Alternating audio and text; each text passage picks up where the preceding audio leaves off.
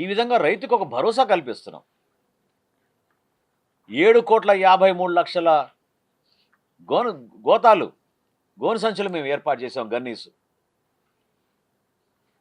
యాక్చువల్‌గా అవసరం ఉన్నది మా లెక్కల ప్రకారంగా వ్యవసాయ శాఖ ఇచ్చిన సమాచారం మేరకు 6,54,000.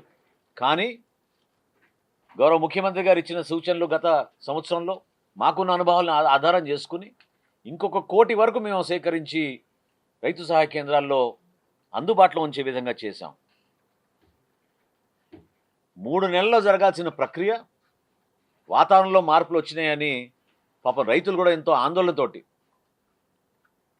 ఇబ్బంది పడతాం, కష్టపడి పండించిన పంటకి నష్టం జరగకూడదనే ఒక తపనతోటి, ఒక ఆవేదనతోటి రోడ్లపైన పాపం వాళ్ళు ధాన్యాన్ని ఎండబెట్టుకుని త్వరగా తీసుకెళ్లాలి మిల్లులో అనే ఆందోళనతోటి, మరి కొంతమంది ఏమో వరి కోత మెషిన్లు అందుబాటులో రాకపోవడంతో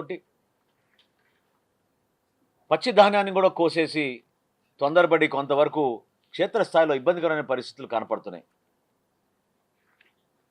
దయచేసి మేము రైతు సోదరులందరూ కూడా మనస్ఫూర్తిగా మేము విన్నవించుకుంటున్నాం.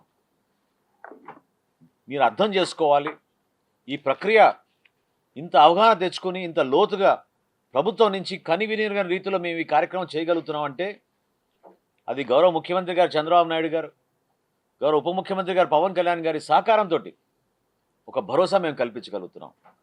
ఎక్కడ కూడా పొరపాటు జరగదు.